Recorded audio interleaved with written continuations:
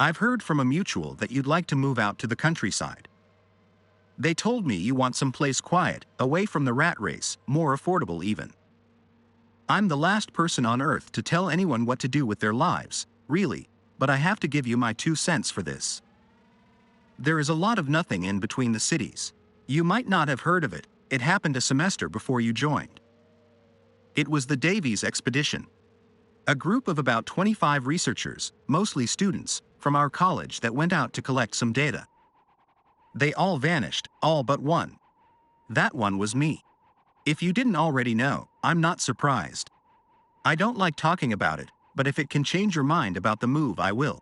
The Davies expedition was named after my friend, and it's led, Howard P. Davies. He was only a year older than me, but several years my academic senior. He was young for a department head, and had multiple fields of focus. I didn't then, and still don't entirely understand Davies' research. We weren't even relatively close in fields of study. So I was a little confused when he asked me to come along the expedition. He told me that he had enough researchers to do the work, but needed more bodies to carry the equipment. It was going to be a short trip, 2 days at most, and it would pay well. Of course I said yes. The canyon we were going to was in a heavily protected wilderness. So protected we arrived with a government escort. They picked us up in huge cars with wheels that were almost as tall as I was. The escort took us down a heavily wooded valley that ran between two monstrous mountains. It had a crystal clear river running through it too. It was like being inside a painting at the Louvre. That all ended at the canyon. There was a clear line drawn between the rest of the valley and the canyon. The tree line stopped and the grass stopped growing. Only the river kept going because it couldn't be stopped. I picked up my share of the equipment and looked over the edge. The canyon itself was relatively narrow at the top, but widened at the bottom. It was really more like an underground cave, but there was more than enough sunlight coming through to light the entire area. So here comes the first oddity I noticed. I should have been able to see the whole breadth of the canyon, but looking too far down or up its length, the light would disappear. I was sure that the sun should have been able to light up the whole of the bottom, but it just didn't. It wasn't a normal kind of dark either, it was almost blinding. Like there was nothing there. It was hard on the eyes. I blinked a couple times and grouped up with the rest. I noticed that none of the people with the escort were getting off. "Isn't anyone going to stick around?" I asked. "No, sir," said the man. "What about animals? I thought you'd leave someone behind in case of animal attacks or something." "There aren't any animals around here." "No animals?" This far from humanity, and he was telling me there were no animals. I could hardly believe it. I wanted to ask him more, but the government men were on a timetable and they were sticking to it. My mind was buzzing, not quite alarm bells, but thinking hard. I watched the escort leave, thinking I should probably have left with them. I watched them until they were completely gone. My mind got snapped back to the here and now when the expedition let out yowls and cheers. Apparently, Davies had given a speech and I had missed it because I was too busy wishing I'd left with the escort. The expedition started shuffling to the edge of the canyon and I followed. The walls of the canyon actually had some pretty nice natural stairs along its walls. They almost looked carved. The canyon was deeper than it looked too. It would take us most of the day to get down to the bottom. I took one step down and in the blink of a second I was at the bottom with Davies' hand on my shoulder. It was disorienting, one moment stepping down, the next second on flat ground. Even the shadows shifted, it must have been later in the day. "You weren't listening earlier, were you?" said Davies. "What happened?" "Yeah. It's basically highway hypnosis. Something about this place lets you really lose yourself. Have you noticed the air?" I hadn't, no, but when prompted I realized that I couldn't feel the air. Down here the air was skin temperature. It was like being in a sensory deprivation tank. "I can see you have now," said Davies. "What about the quiet?" "Awfully quiet, right?" It wasn't quiet. It was the absence of sound. Totally and utterly, I couldn't believe it, and it shouldn't have been possible. For one, sounds should have been echoing between the canyon walls, and second was my mild tinnitus. After attending one concert too many, I was stuck with some mild ringing in my ears. If it got too quiet, it was hard not to notice, but not here. I was put into a stupor. It's okay, you're not losing. It's hard to notice nothing, right? He smiled. I'm not sure how he could be so at ease. This place was unsettling. Come on, it's fine. I think it's a little creepy too. Let's just set up our gear, get our measurements, and we'll be out of here in a couple days. A couple days. I dreaded the thought. Davies put me at ease though. He was probably just putting on a brave face. If the expedition lead is panicking, then how can you ever be at calm, right? Davies gave me the cliff notes on working around here. Basically, I had to be mindful of the noise and the people around me. Keep your mind focused on them and you won't enter that trance like autopilot. I did as instructed, and before long I had managed to put off my mind from the unsettling aspects of the canyon. The sounds of everyone working to set up our camp was comforting. When the setup work was done, everyone gathered around the kitchen area. The kitchen had a fire going, and everyone welcomed the relative heat versus the nothing of the air around the rest of the camp. You could be mindful of the smell of food too. Everyone was bunched up there, chatting with more volume than needed. We wanted to fill the area with sound, because the quiet was dreadful, haunting. Nighttime arrived soon after though, and with it, a deeper nothing than before. While the area around the camp had been well lit by the sun, that void of light I had seen from above was still present. The camp was surrounded by nothing on either side. It was somehow worse at night too, because you had real darkness to compare it to. Real darkness was dark, black, a lack of light.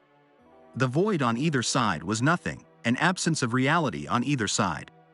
One by one people dropped off to sleep, prepping for the next day. It happened slowly because we were all reluctant to leave the campfire and head for our tents. Little by little though, people did leave, and soon it was just me and one other student. A girl named Sasha. Neither of us wanted to get away from the fire. We were terrified, but also tired. We couldn't keep the fire going forever either. We needed to save fuel for our last night tomorrow. She did the hard part for both of us, snapping to her feet and dousing the fire, then quickly retreating to sit beside me. We tried to make idle chatter, just to keep the quiet away, but to little use. Don't you think there's something wrong with the sky? She said. Internally, I cursed her. Why would you say something like that, in this place, on a night like this?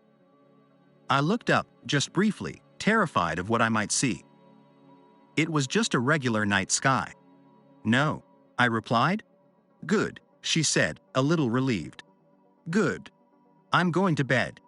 She didn't get up though. She fluffed up her backpack and laid her head on it. I gave her a reluctant good night and fluffed up my own backpack. Was there something wrong with the sky? I asked myself, cursing her again. Why would she even put that thought out there? I took one last look at the sky before I let sleep take me. No, I thought, the sky is fine. It looks just like it does back home. The next day was much smoother than the first. A quiet settled into the camp, but most of us, including myself, didn't mind. In no time at all, we had grown accustomed to it and had relaxed our active mindfulness. It helped to know that it was our last night there. I was tasked with setting up cumbersome equipment, building and tearing it down for the researchers. When I wasn't needed, I passed the time hanging out with Davies, who had some free time himself since most of his job was just overseeing the work of others. So, I started to ask Davies, what is this place? Like I said, I wasn't in his department, had no clue what he was studying. I didn't understand what we were doing here. For starters, it's not just this place, said Davies. There's places like this all over the US. We don't have a name for them yet. I'm thinking something like null zones. So then these places are. Right now they're just holes in data. Nothing more, really. I noticed them while looking at a colleague's work. They had been collecting data on animal populations. They had notes on population locations and their spreads. Something seemed familiar, so I pinned those populations on a map and noticed these empty pockets. Moreover, I recognized these pockets too, from collections of meteorological data. I decided to find other datasets that I could map out and recognized similar empty pockets in all of them. In other words, nothing. Davies had recognized a whole lotta nothing. I recalled what the government man had told me. No animals in this area. This place was a void. One of Davies' empty pockets, a null zone. It was nothing. Before I could ask more, a researcher interrupted us to tell Davies that Sasha had gone missing. The girl I had spent the last of the previous night with. When Davies and the other researcher had caused an uproar about Sasha, everyone else began to note that their respective partners had gone missing as well. All of us had been in a stupor, let our guard down just a little too much. Davies gathered the entire expedition together to count heads. In the course of the day, we had lost just over half the expedition. Everyone, minus the researcher who told Davies about Sasha, had the same story. They had been hard at work on their tasks since morning, and when Davies snapped them back to reality with his uproar, noticed that their fellow researchers had disappeared in the blink of an eye. 1 second there, the other second, gone. There was a panic in the remaining members of the expedition, but Davies kept a cool head. He knew, as well as I, that the first 24 hours that someone is missing are the most important. Every hour they weren't being searched for increased the likelihood they wouldn't be found alive. I saw him dig into his backpack for a satellite phone. Myself and a few others had been entrusted with one in the case of emergencies. His face turned sour. I fished out my sat phone as well and knew why. Down here in the canyon, we had no signal. Davies had seen me fruitlessly try and make a call with the sat phone. We looked at each other and knew that someone would have to go up top to make the emergency call, to get a search party as soon as possible. To be clear, the horror of the situation hadn't escaped us. People had gone missing in the middle of the day, in the middle of camp, without anyone noticing. The practical reality of the situation, however, kept us grounded. Ultimately, Davies made the executive decision as expedition lead to go back up the canyon alone. Such a decision wouldn't have been necessary except that the trip back up would take longer than the trip down, and it was already midday. Whoever went up would be climbing a steep canyon wall in the middle of the night. Davies got ready to leave, gathering the minimum to make the trip, just a lamp and some dry rations. A few others had decided to join him, citing that it would be safer to make the trip together, but in truth, I'm sure they just wanted to leave this place as soon as possible. So that was that.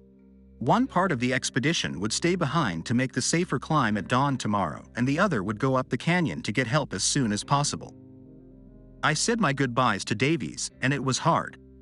It would be the last time I ever saw Davies again. When he left, I was too tired to cry or do much of anything. So were the others. There were about 10 of us left then, down from a team of about 24. Night came, and with it more dread. We lit the campfire as soon as an inkling of dark came over the canyon. We all gathered around the campfire. I looked up the canyon wall, searching for Davies' team. They should have been somewhat visible in the darkness of the canyon since they would be making the climb assisted by lamplight, but I saw nothing. Then again, I had made the trip down in a trance and did not know the path up. I held on to the thought that perhaps the way up curved around corners that you couldn't see at nighttime.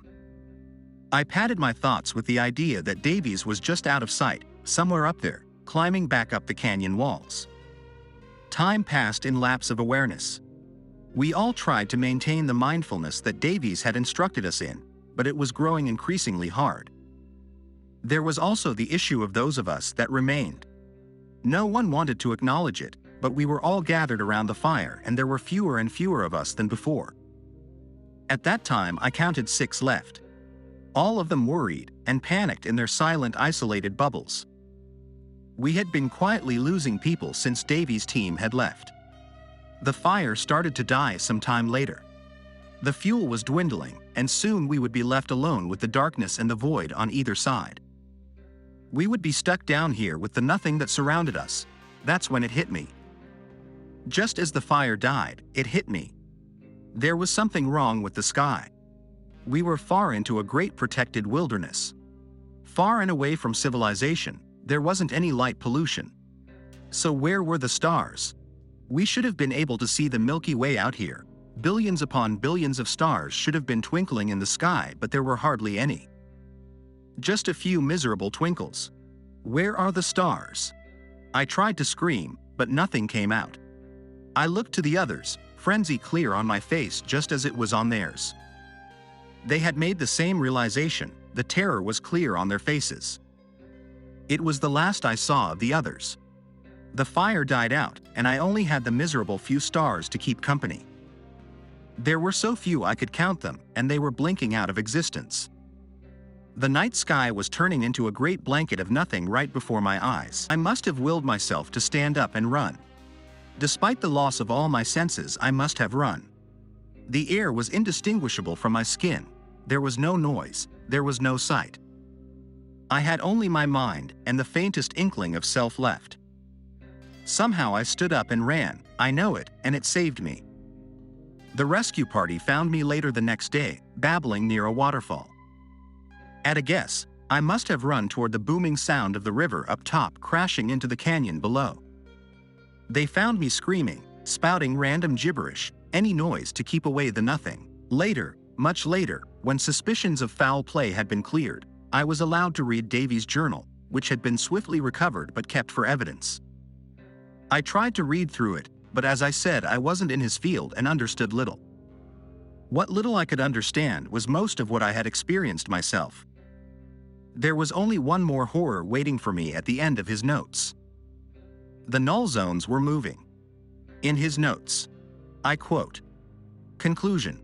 More in-depth study needed, original hypothesis invalidated. Originally I thought the null zones spawned away from large population centers, but the readings here suggest that they migrated.